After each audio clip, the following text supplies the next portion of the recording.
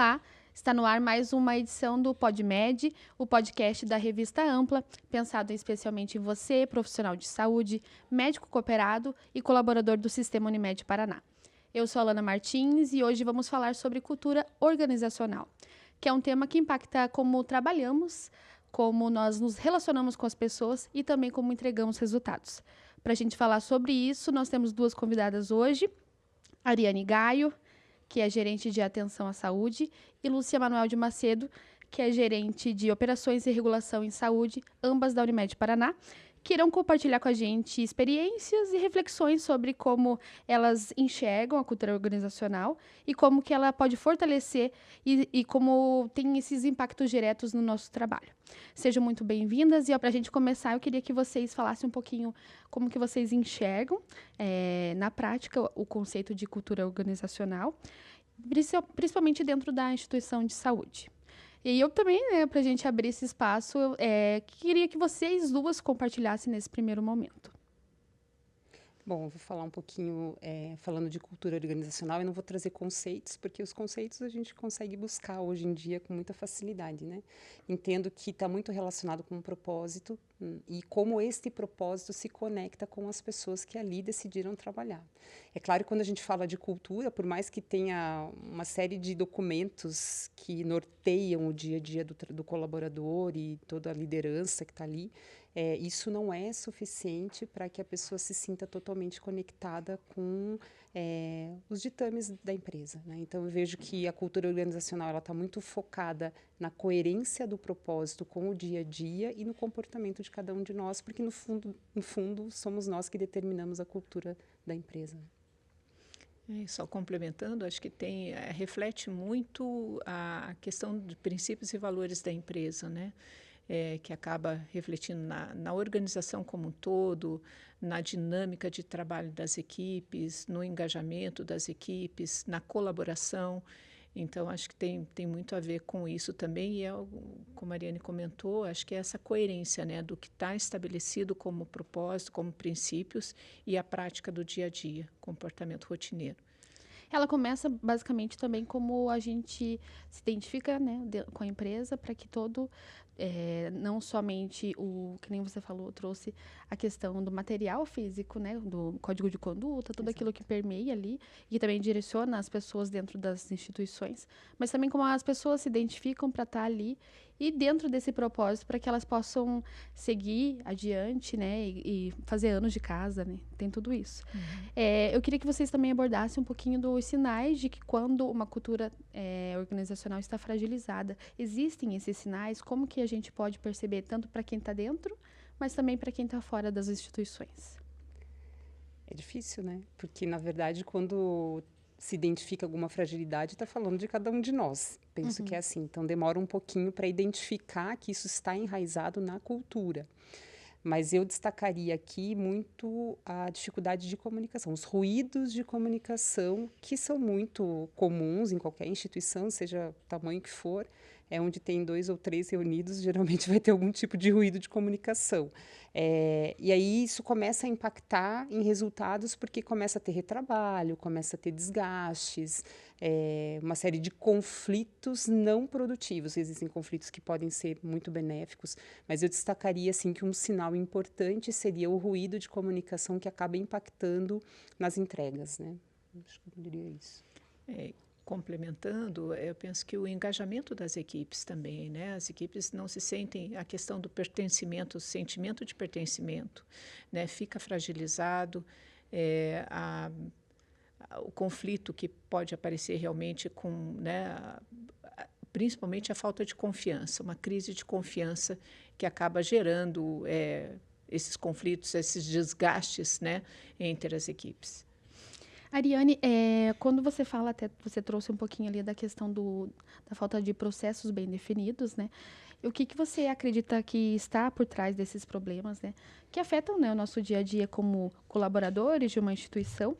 E também eu queria que você falasse como que dá para a gente ampliar essa cooperação entre as equipes. Bom, processos que não são cumpridos ou que não estão bem definidos, tem uma conexão muito forte com a não participação de quem vai executar o processo, né? Então, acho que isso, quando a equipe não participa da construção de um processo e ela não consegue entender por que que ela está fazendo aquilo, esse é um sinal claro de que muita coisa não vai acontecer conforme planejado. Existem várias literaturas, inclusive, falando sobre isso, né, de você poder abrir esse espaço para construções colaborativas de tal forma que as equipes entendam a pertinência do que está sendo construído. O famoso que a gente fala do top-down, hoje em dia não cabe mais. Há um tempo atrás isso era bastante comum, né? Não existe mais isso quando se fala em resultados e bem-estar do colaborador, empresas que curam, quer dizer, tem uma série de literaturas que trazem essa questão. Então, eu destacaria que construção colaborativa para processos é o que determina muito do sucesso que ele vai ter. E aí, naturalmente, você tem que abrir um espaço para que outras áreas também construam junto, não apenas uma área. Isso é muito comum. A gente, às vezes, fala muito, né, das empresas começarem a se tornar feudos.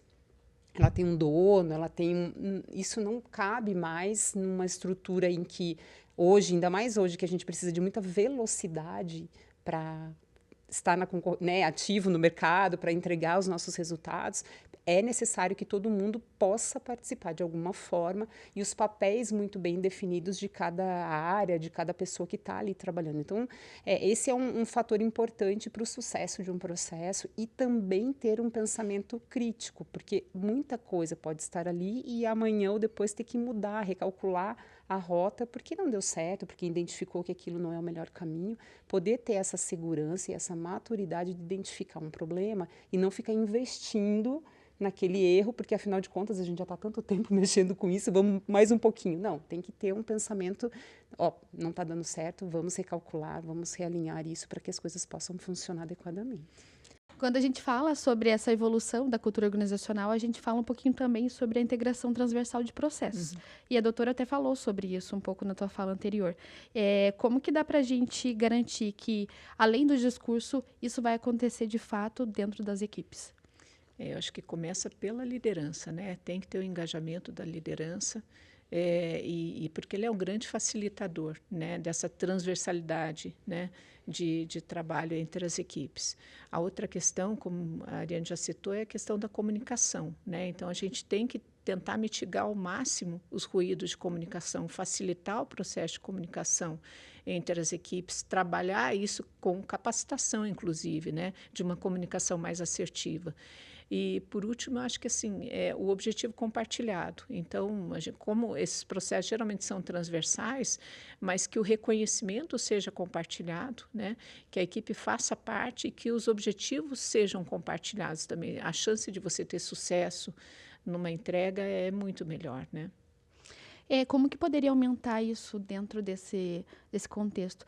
Porque a gente às vezes percebe que existe muito retrabalho dentro das equipes, né? E porque às vezes uma equipe não sabe que a outra também está fazendo aquele mesmo processo. Como que vocês enxergam que dá para aumentar essa comunicação entre as equipes?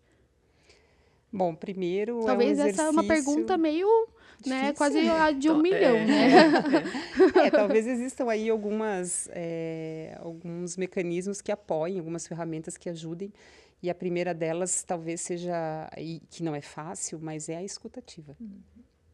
Porque isso é um desafio muito grande para a liderança, muito grande para a liderança, e porque a liderança também, acho que tem um ponto importante aqui, a doutora Lúcia falou, né, da liderança, e tem um ponto que não se fala muito, quando se fala em cultura organizacional, é uma demanda muito partindo do líder para o seu time, e não tem uma via ao contrário. Como é que o time cuida do líder? Como é que o time também protege algumas situações? Porque a liderança é um exercício absolutamente solitário. Eu falo bastante sobre isso, né? Porque ele é solitário mesmo. E existem pressões de vários lados. Então, a escutativa é um exercício muito grande e é difícil fazer, mas ela é importante a gente treinar, porque tem técnica para entender isso, para que as pessoas tenham um ambiente em que elas se sintam seguras para falar, né? E eu vejo que isso é um ponto importante para começar a trabalhar tudo isso que você falou de retrabalho, porque daí as pessoas se sentem seguras em dizer, olha, eu acho que está tendo um retrabalho aqui, talvez fosse melhor fazer de outra forma, e começam a modular um pouco melhor até a forma de se colocar, né? Conhecendo um pouco melhor o trabalho do outro, vivenciando. Recentemente a gente fez um trabalho que ainda não acabou, que são oficinas de simulação com casos práticos, né? Interpretados por atores. E o item, a maior dor, foram 3 turmas, ainda falta mais uma, a maior dor identificada é comunicação. E aí eles têm que criar uma solução para aliviar essa dor, digamos assim, né? E uma das propostas foi justamente eu passar um tempo na vida do colega, fazendo o trabalho do colega e o colega fazendo o meu trabalho.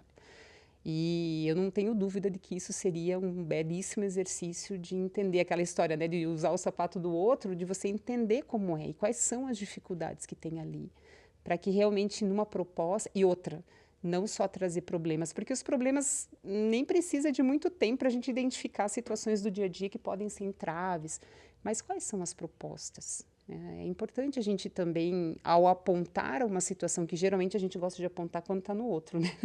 Sim. Mas que tipo de proposta eu posso fazer e que me envolva, que traga, que o time também consiga apoiar, né? Eu acho que esse é um passo importante. Assim. E entra dentro daquilo até que vocês já mencionaram, que é a questão do pertencimento, né? Quando a gente está relacionado dentro daquele modelo de trabalho, daquela ação que vai ser feita, a gente também se sente pertencente. E até quando a gente tem o reconhecimento por aquilo, a gente também sente orgulho daquilo que fez, né? Que daí se sentiu dentro daquilo. Até, enquanto eu estava até separando algumas perguntas para o nosso bate-papo, eu separei uma que fala sobre as disfunções percebidas dentro do ambiente de trabalho. E até mencionei aqui o livro Os 5 Desafios das Equipes, que é do Patrick Lencioni.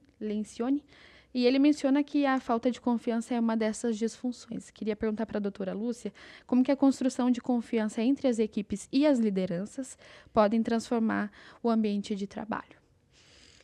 Eu acho que a confiança, na verdade, é o alicerce das relações, né? Por exemplo, no casamento, se não existe uma relação de confiança, não existe uma relação. Então, isso tem que ser trabalhado e muito em linha com o que foi comentado. A liderança ter essa possibilidade de estabelecer um ambiente de confiança, em que as pessoas se sintam à vontade para colocar, inclusive, suas vulnerabilidades, né? Para que não tenham medo de punição. Para que seja uma construção compartilhada, né? E que não tenha o receio, por exemplo, de se comunicar, de ser mal interpretado, né? Que tenha essa possibilidade de gerar discussões, às vezes até conflitos, mas conflitos construtivos, né? Que realmente as pessoas tenham oportunidade de colocar seu ponto de vista e serem valorizadas por isso, né? Então, acho que vai muito da forma como a gente se comunica, de uma forma, você se colocando, às vezes, uma não concordância, mas de forma amistosa, né, de forma respeitosa. Então, estabelecendo um ambiente propício à confiança. Nesse mesmo contexto, até a doutora comentou agora sobre a questão dos conflitos, né? Muitas vezes as pessoas têm a impressão negativa da questão do conflito, né? Foge disso.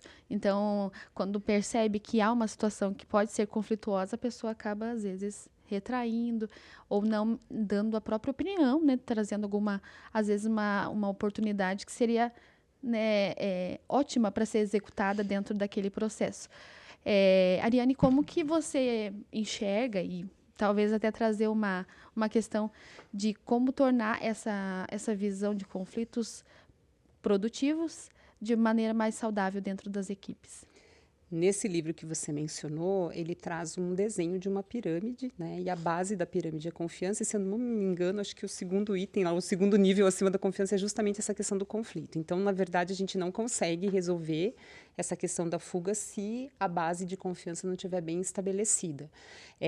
Entendo que muito do nosso desconforto com a questão do conflito, ela está relacionada com uma dificuldade que a gente tem de ter conversas difíceis, porque isso é muito complexo mesmo e precisa Na de vida muita... pessoal, inclusive. A gente foge, né, sempre que possível. Existe uma interpretação que muitas vezes pode ser equivocada, de que as pessoas que falam aquilo que elas estão pensando são muito desagradáveis e que isso gera muito desconforto, especialmente na cultura latina, que é a nossa, em que isso tende a ser recebido como uma ofensa pessoal, e nas questões de trabalho isso é muito mais comum. E eu vou me atrever aqui a contar falar uma frase que eu gosto muito, que é da Mafalda, né, das tirinhas da Mafalda, que fala assim: eu gosto muito das pessoas que falam o que pensam, mas eu gosto mais das pessoas que fazem aquilo que dizem que fazem. Porque tem um pouco disso que eu comentei lá no começo, da coerência. Né? Então, para você estabelecer um ambiente de confiança, para depois ter uma segurança psicológica, que é o que está sendo muito falado nos ambientes de trabalho, para falar do conflito, poder ter essa clareza que a doutora falou, quer dizer, expor a tua vulnerabilidade, poder ser sincero, transparente no limite que é possível, porque nem tudo você vai poder explorar, mas ter um ambiente de amadurecimento, para que as pessoas reconheçam o que é um conflito que me traz oportunidades de melhoria e o que é um conflito que, na verdade, não ajuda em nada, ele só cria mais ruído de comunicação. Muitas vezes, dentro de um time, e a gente fala muito da diversidade, você não vai ter, obviamente, pessoas que sejam totalmente iguais, e não é para ser, porque o importante é esse crescimento e as diferenças, né? Normalmente, as pessoas que são mais críticas ajudam muito o líder a não cometer um erro. Isso é clássico, né? E aí, dependendo de como é construído esse time, a tendência é, lá vem de novo uma pessoa que levanta a mão e fala, não concordo, tal. Não é isso, não concorda, mas qual é a proposta? Fazer essa devolver essa pergunta, porque daí o conflito começa a trazer oportunidade. Mas, sem dúvida, a confiança precisa existir dentro do time. Esse podcast ele vem de uma ideia dentro do programa Ideia e Ação. É um projeto da Unimed Paraná, na verdade uma iniciativa da Unimed Paraná, e esse projeto ele surgiu com uma conversa entre colaboradores, né, entre a Ana Cláudia Hoffmann, o Eduardo Rocker Ramos e a Gisele Hoffmann, para poder também demonstrar exemplos práticos, né, de como que essas boas ideias dentro da cultura organizacional podem ser implementadas. E eu queria também abrir esse espaço dentro desse tema para que vocês trouxessem exemplos de modelos práticos, né, de quando uma cultura organizacional é fortalecida.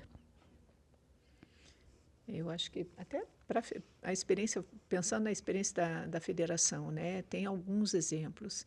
Uma questão é o monitoramento de qualidade de vida dos próprios colaboradores, né? O quanto esse ambiente ele é realmente saudável, né? Ele permite essa diversidade que a Ariane comentou, diversidade de ideias, de posicionamento, de comportamentos, né? Então, acho que isso tem que ser permissivo e ele tem que ser realmente profícuo, né, para que realmente traga um resultado positivo. Depois tem todo projetos, por exemplo, como a gente tem na área da saúde, de coordenação de cuidado, né, que também trazem um reforço vem ao encontro do que se propõe numa instituição de saúde, por exemplo. Eu concordo com isso e vejo também que tem uma questão importante, que é até o posicionamento da nossa diretoria, assim, que a gente tem uma diretoria muito tranquila, entre aspas, digamos assim, que ela é aberta, né, para ouvir muito do que a gente leva, tem esse espaço de escuta que é importante, sem dúvida nenhuma, toda essa preocupação que a doutora Lúcia comentou do bem-estar. Eu entendo que a nossa empresa, isso é muito comum ouvir em depoimentos de novos colaboradores, a forma como eles são acolhidos quando eles chegam, isso é uma coisa que destaca realmente a cultura da empresa, porque habitualmente, quando nós começamos um trabalho novo, muitas vezes você não sabe nem nada, né? Onde põe a mão, onde eu posso sentar, e isso é uma coisa que ajuda muito a pessoa quando ela chega, a forma como ela é recebida dentro da empresa, e eu destaco isso como uma questão da cultura ali, que dentro da federação, que ela é muito clara, A gente consegue perceber isso, né? O movimento mesmo das lideranças que estão junto com seus times, então tem uma sinergia interessante. E aí cada área vai trazendo também um pouquinho da sua personalidade, que é natural, dos seus líderes vão trazendo algumas coisas, né? Momentos de descompressão, nós ali dentro do GEAS em específico, a gente tem essa boa prática de escutativa, que é algo que a gente gosta muito de fazer. Quando nós começamos com a metodologia da MCI, que foi muito desafiador, né? Se não me engano, acho que foi 2021, uma das coisas que tinha lá era as pequenas comemorações. Aproveito também para agradecer a presença de vocês duas. Agradeço, Lana. Muito obrigada pela oportunidade. Mais uma vez, estar aqui também com a minha colega, a doutora Lúcia, discutindo um assunto tão pertinente para nós. Obrigada, Lana. Obrigada a vocês. E com isso, finalizamos mais um PodMed. Esses e outros podcasts você pode conferir no site da Revista Ampla, em nosso canal no YouTube e também no Spotify. Muito obrigada pela audiência e até a próxima.